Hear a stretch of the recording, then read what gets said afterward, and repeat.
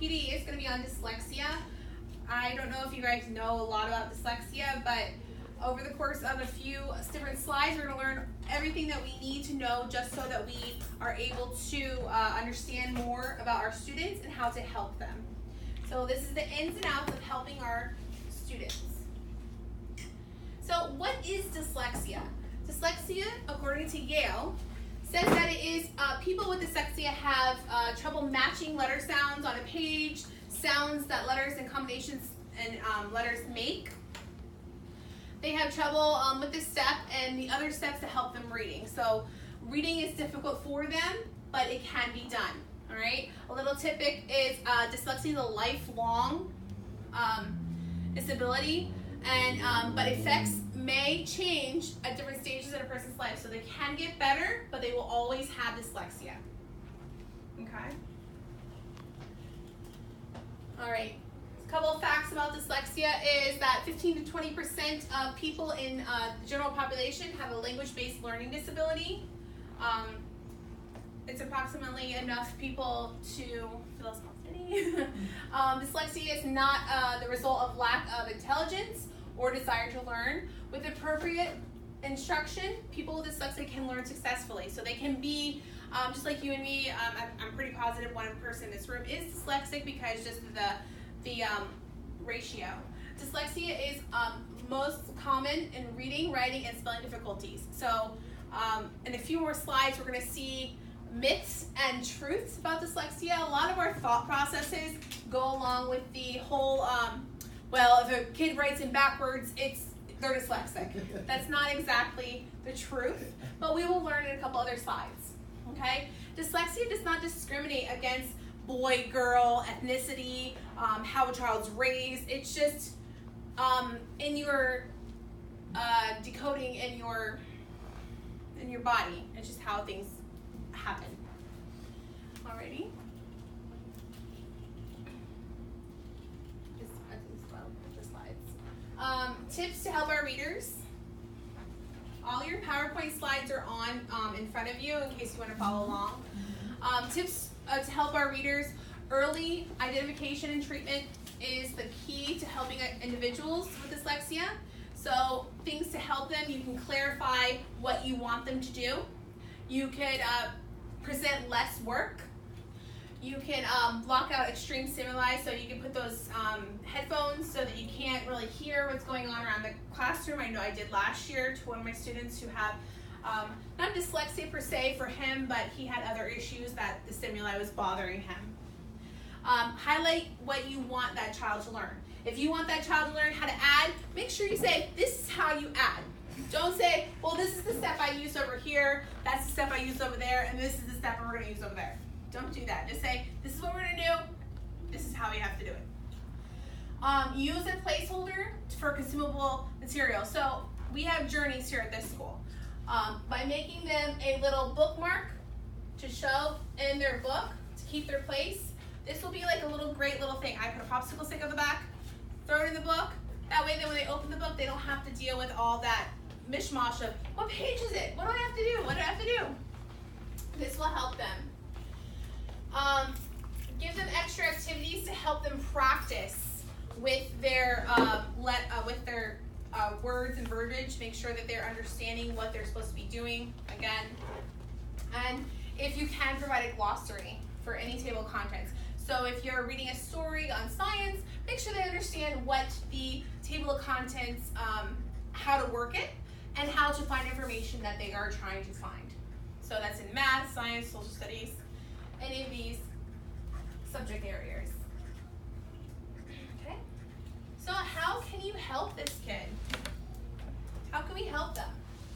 It says children are more successful when early in their lives someone has been extremely supportive and encouraging, and when they have found the area in which they can succeed. So not all students like math. They're not all good at it. All right, I wasn't good at math when I was young, and some people, they're just not good at math at all. Some people are better at English, depending what they're doing. So just find out which subject area they like the best, and then move from there. All right, Listen to their feelings. These children have feelings too. We can't just say, well, you can't do this because you can't write the letters right, or you can't hear the sounds. You can't just say, hey, no, you can't do that. We have to encourage them. This is how you do it. Make sure you can reward their effort. So if they're trying to write by listening to you, write some notes. Make sure that they are understanding that, okay, I only wrote 2 this time, maybe we can do 5 next time. Whatever little effort they do try, you want to try to encourage that. When comforting unacceptable behavior, do not overtly discourage. So when you're trying to fix a behavior for a child, make sure that you're not, well, you can't do that because you're dyslexic. Well, you don't want to tell them that. You want them to figure out which way they can succeed in their own body and own self. So helping students set realistic goals for themselves is always a positive. I also I do that for my students who don't have any issues and students who do have issues. So just setting a positive goal, making sure they are able to conquer it. Don't set it so high so they won't be able to conquer it. I feel like it's a little bit of a, like you think that you already know this, but some people don't. This is my favorite slide, truths and myths about dyslexia. I like to go from the myths to the truths because a lot of our myths are things that you think of every day. I think of when I think of dyslexia, I thought it was just the handwritten that was backwards, or the 7 that was backwards, or the 5 that was backwards. I always thought that was, but it's not. At this time, all students that are tutoring taking the shuttle bus, you are now dismissed. Alrighty. Certain myths of dyslexia are: dyslexia is a visual problem. Dyslexic individuals see and write letters and words backwards. This is a myth. The common truth that goes with that myth is that it's a fundamental problem, spoken language, and not a visual problem. So it's not visual, it is language, spoken language, which I didn't know. I got this information from Yale as well, so all my slides go to Yale for that. Dyslexic.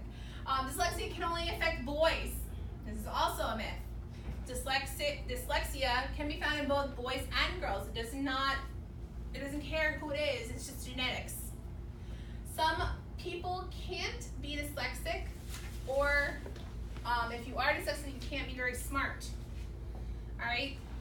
According to Yale, again, some of the smartest people were dyslexic. And they struggled to read, and it affects all levels of intelligence. So you can be the smartest person on earth, you can still have dyslexia because it doesn't matter how smart you are. People who are dyslexic can't read. Another myth. They can read, and they need more support. Just like our autistic kids, we need more support with them. Same with the dyslexic kids. Alrighty. There are no clues to dyslexia before a child enters school. Another myth. There are many, many clues. One of the most clues that you do see is delayed speech. Students that can't recognize rhyming words. Cat, hat, sat. And their family has a history of dyslexia. It is known that a child can get this genetic disability from their parent or a person in their family who's already had it. Alrighty, this is a giant slide. I'm not going to read it. I'm just going to pinpoint a few. This is from kindergarten, from preschool ages to kindergarten to first grade to second through high school. These are different things that you will find from that student that they're having difficulties in, and things to look for when you're trying to figure out is this student dyslexic. You're going to find and use these different key components to find out if this child is dyslexic or not. So for preschoolers, it says trouble learning common nursery rhymes such as Jack and Jill, and they seem unable to recognize letters of his or her own name. This is a lot of our kids. They may or may not be dyslexic, but these are a couple of the common things that we do see from preschool years. Kindergarten, first grade, they do not understand that words come apart. Like concept, they don't realize that you can break it apart. Concept. Okay? A history of reading problems. This is what I already talked about in the previous slide. The student has a history of reading problems. Okay, second to high school. The student pauses, hesitates, or uses lots of ums when speaking. This sounds like me. Okay. I actually found that I do have issues with this dyslexic problem, and I think I do have one of the 3 dyslexias. And just by reading all these different slides that my professor gave me, I realized that I do have one of the forms of dyslexia. All right, mispronunciation of long, unfamiliar words or complicated words. This is also not very common for students who are from second to high school.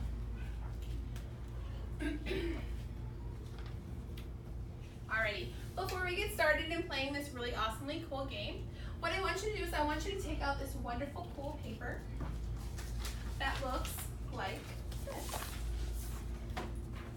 Let's take out this paper.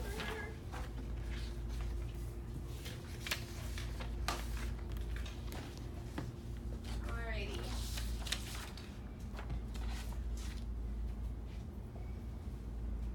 Okay.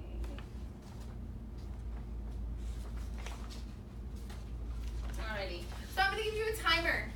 This is going to take about 2 minutes. So I'm going to put you a timer and I'm going to see what you can do.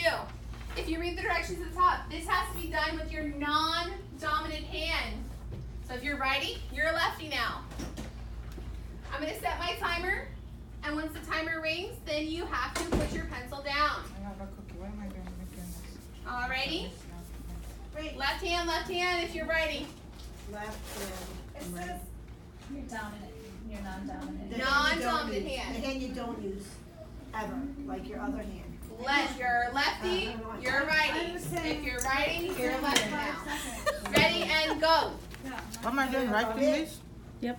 Lefty. Hurry, hurry, hurry. Fast, fast, fast. Come on, come on, come on. Let's go, let's go, go. Faster, faster, faster. Faster, faster, faster. Ooh, I like the way you're doing this. Good job. All right, keep going, keep going. Oh, wow, you got a pro over Am I here. supposed to write the right thing? Because I don't know. You're supposed to Non-dominant write hand. what it shows you on the paper. You literally have 30 more seconds. Keep going, there's more. I gotta do what else? All of it. Yee. All of it. Oh, It looks shoot. like it was written on Put a it. dot in the squares. Okay. Squares. I forgot how to write manuscript. Oh my goodness. This just seemed like I'm a art, but kindergarten I don't know how to teacher. do art. Keep going, keep going. 45 more seconds. Put the dot in as many squares. 45 more seconds. Somebody did my notes already. 45 more I know how to seconds. write a dot. Here. Oh. You're Keep supposed to go going. back and correct it? Are You're you supposed lefty? to take a look at what you did. Make sure it should look exactly like what it showed you on your screen already. I don't even know how to make a J. Trace this design as you count from 975 to 976. This looks like a fallopian tube here. Okay. It blows in me right in Writing both. Where's the start? As you go from All right, pencils down. Wow.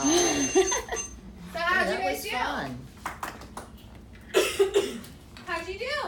I don't know. It was hard. awful. It was hard. This is hard. You were supposed to trace on the bottom as well. Did you guys were able to do that? Yeah, not well. I got to 4. Got I to didn't- 4? Yeah, I Yeah. didn't You guys get did to- pretty I did good? all of them. I mean, if I was writing actual letters, I probably could do that. Well, this is fun I got though.